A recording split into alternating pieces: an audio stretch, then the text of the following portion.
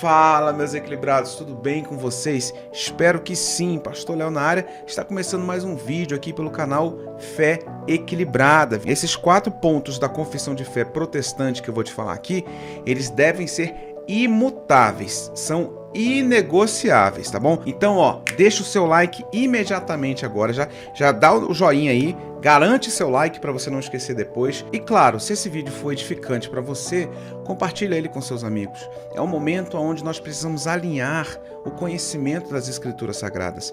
Deus tem feito um mover muito grande no nosso país, muita gente aceitando Jesus e convertendo, e eu acho que esse é o tipo de conteúdo que precisa sim estar bem alinhadinho em nossos corações. Então vamos lá.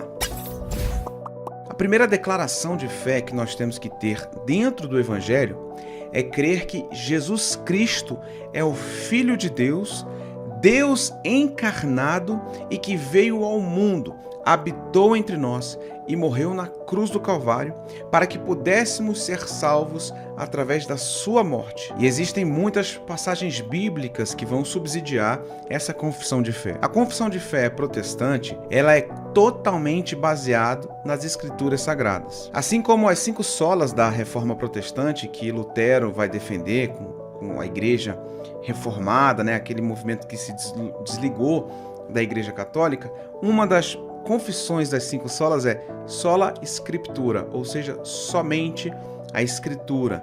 E isso é um valor muito forte para a gente. Então, todas as bases que nós temos na nossa confissão de fé, elas vão estar dentro da Bíblia Sagrada. Então, quando nós falamos assim, Jesus é Deus, aonde tem na Bíblia? Vários lugares.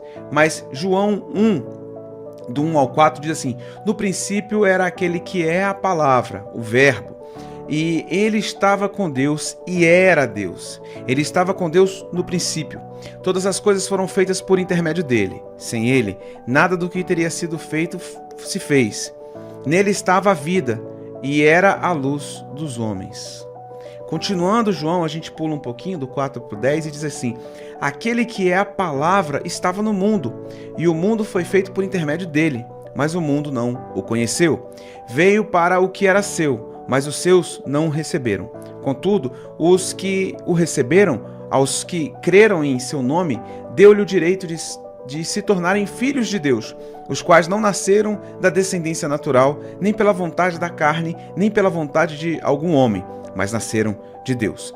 Esta parte é uma parte de confissão pública, onde nós cremos que Jesus é Deus encarnado, que estava com Deus, tudo foi feito através dele e ele habitou entre nós. O mundo não o reconheceu. Aqui é o mundo no sentido plural, a humanidade não toda se entregou para ele. E quando o texto vai dizer, e ele veio para os seus, e os seus não o receberam, aqui é o texto para os judeus. Jesus nasceu em Israel, Jesus foi um judeu, mas o povo judaico não o tomou como Messias. E a nossa salvação? Como é que eu alcanço a salvação? Efésios 2:8 vai dizer: pela graça sois salvos por meio da fé. E isso não vem de vocês, é dom de Deus. A nossa salvação vem por Cristo Jesus. E é uma graça que nós recebemos que não... mas eu faço as coisas, eu sou filho de pastor, eu sou filho de crente, eu leio a Bíblia. Tudo isso é importante, é legal, faz parte da nossa vida, da nossa caminhada. Mas a nossa salvação é um favor imerecido vindo de Deus. O segundo ponto importante da nossa declaração de fé, da nossa confissão de fé, vai ser a respeito da Bíblia Sagrada. Eu não citei aqui o sola scriptura, do latim, somente a Escritura. O que nós devemos colocar muito em evidência é que a Bíblia é a palavra de Deus e é um livro inerrante. Muitas pessoas pegam frações da Bíblia. Usar 99% da Bíblia é não usar a Bíblia. Eu não posso pegar a Bíblia só no que me convém. Não, é a palavra de Deus. O que não era para estar, não está. Se está, é porque Deus queria. E com o tempo, com a sua caminhada, você vai percebendo que vai ter textos que são para a época, que não se aplicam aos dias de hoje, que tem todo um contexto específico. Quando o apóstolo Paulo, vou falar rapidamente aqui, o apóstolo Paulo fala para as mulheres na igreja em Corinto, não cortem o cabelo porque o cabelo é o véu do rosto. Ah, mas por que não pode cortar o cabelo? Porque as mulheres de cabelo curto em Corinto eram prostitutas. Então Paulo está falando especificamente para a igreja em Corinto. Não é uma coisa que uma mulher hoje vai ler e vai falar, não posso cortar o cabelo, porque uma mulher de cabelo curto não vai ser considerada uma prostituta aqui na nossa sociedade, no nosso contexto. Então tem textos textos que são contextuais, tem textos que são aplicáveis para os dias de hoje, tem textos que são históricos. Então, com o bom manuseio da Bíblia, né, com a relação, com a intimidade com a palavra, você vai entendendo isso com muita clareza. E além da Bíblia ser a palavra de Deus, nós cremos que ela é inerrante, ou seja, ela não se contradiz, ela não tem nenhum furo de roteiro, ela não tem nenhum erro teológico. Alguém pode falar, mas ela tem textos geográficos errados? Pode ter. Por quê? Porque quando Josué faz aquela oração, a Bíblia diz que o sol para. E hoje a gente sabe que não foi o sol que parou, foi a terra, que ela parou de girar. Então é um erro. O sol não parou, o que parou foi a terra. Mas isso não descredibiliza a importância do texto, isso não descredibiliza o milagre, isso não tira a história do seu lugar e não desqualifica a importância daquilo. Pelo contrário, a gente só vai ver a diferença ali, digamos, astronômica, né, a respeito daquilo. Mas a Bíblia é um livro, então, na nossa confissão de fé, inerrante. A Bíblia vai dizer, em 2 Timóteo, no capítulo 3, versos 16 e 17, da seguinte maneira: olha, toda a Escritura é inspirada por Deus e útil para o ensino, para a repreensão, para a correção e para a instrução na justiça, para que o homem de Deus seja apto e plenamente preparado para toda boa obra. Então, toda a Escritura. Não há um pedacinho. Ah, não, mas eu só quero ler o Novo Testamento. Calma, se você está começando na fé, eu recomendo mesmo que comece pelo Novo Testamento. Porém, o Antigo é importantíssimo. Só que engrossa um pouco mais o caldo, amadurece um pouquinho mais, que aí você vai entender a importância do Antigo Testamento e a sua comunhão com Deus vai aumentar muito depois que você entender a importância do Antigo Testamento. Mas, de início, o Novo realmente ele é mais basilar para a igreja atual. Porém, não podemos descartar o Antigo. Terceiro ponto da nossa confissão de fé, que Jesus veio ao mundo, né? Morreu por nós e virá buscar a igreja. É o que nós chamamos de parousia, que é a volta de Jesus para buscar a igreja, que muitos conhecem como o nome de arrebatamento. Essa é uma confissão de fé. E eu vou te falar, tem muita gente parando de falar do arrebatamento da igreja. Se você está na sua igreja há mais de 3 meses, tô dando 3 meses aqui de folga, em 3 meses, e o seu pastor nunca, em 90 dias, falou nada de arrebatamento da igreja, tem alguma coisa errada com a pregação da palavra na sua igreja. De verdade, com todo respeito. Não falou que Jesus está vindo buscar a igreja, se santifica porque ele virá como um ladrão a qualquer momento e ninguém tem a revelação dessa informação precisa. Olha, alerta o seu pastor, fala, pô pastor, eu queria ouvir um pouco mais sobre arrebatamento, tenho essa curiosidade, queria aprender um pouco mais.